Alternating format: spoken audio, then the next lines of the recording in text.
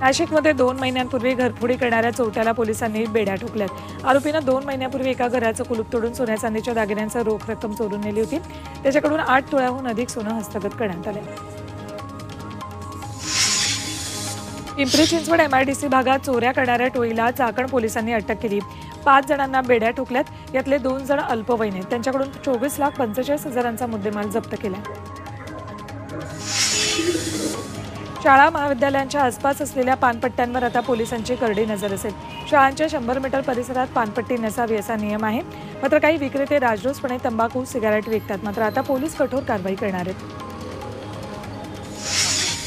पुणे जिल्ह्यातील तोरणगडावर जाणाऱ्या शिवकालीन वेल्हे बुद्रुक ते तोरणगड या पायी मार्गाची दुरवस्था झाली आहे। दगड मुरुम वाहून गेल्यानं पर्यटकांना या खडतर मार्गाने प्रवास करावा लागतोय।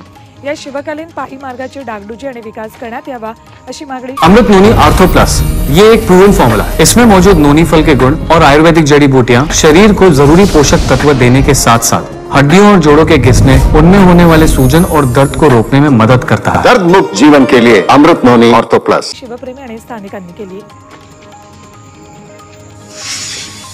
पुण्याच्या रांजणगावमध्ये बनावट चलनी नोटा तयार करणाऱ्याला पोलिसांनी अटक केली आहे। आरोपी बनावट नोटा तयार करून कारेगावमध्ये वितरित करण्यासाठी येणार असल्याची माहिती पोलिसांना मिळाली होती।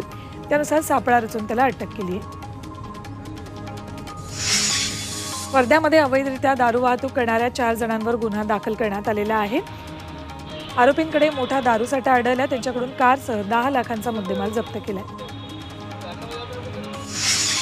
पुण्यात नियमांचं पालन न करणाऱ्या स्कूल बसवर RTOनं कारवाईचा बडगा उगारलाय। 1 जानेवारी ते 11 डिसेंबरपर्यंत स्कूल बस धारकांकडून 1,01,00,000 रुपयांचा दंड वसूल केलाय। या दरम्यान 2,214 स्कूल बसची तपासणी करण्यात आली। मध्य रेल्वेवर गेल्या महिन्याभरात 2 लाख फुकट्या प्रवाशांवर कारवाई करण्यात आली। या प्रवाशांकडून 13,70,00,000चा दंड वसूल केलाय। दरम्यान गेल्या वर्षीच्या तुलनेत विना तिकीट फिरणाऱ्यांकडून महसुलात 37% वाढ झाली। छत्रपतींचा विचार म्हणजे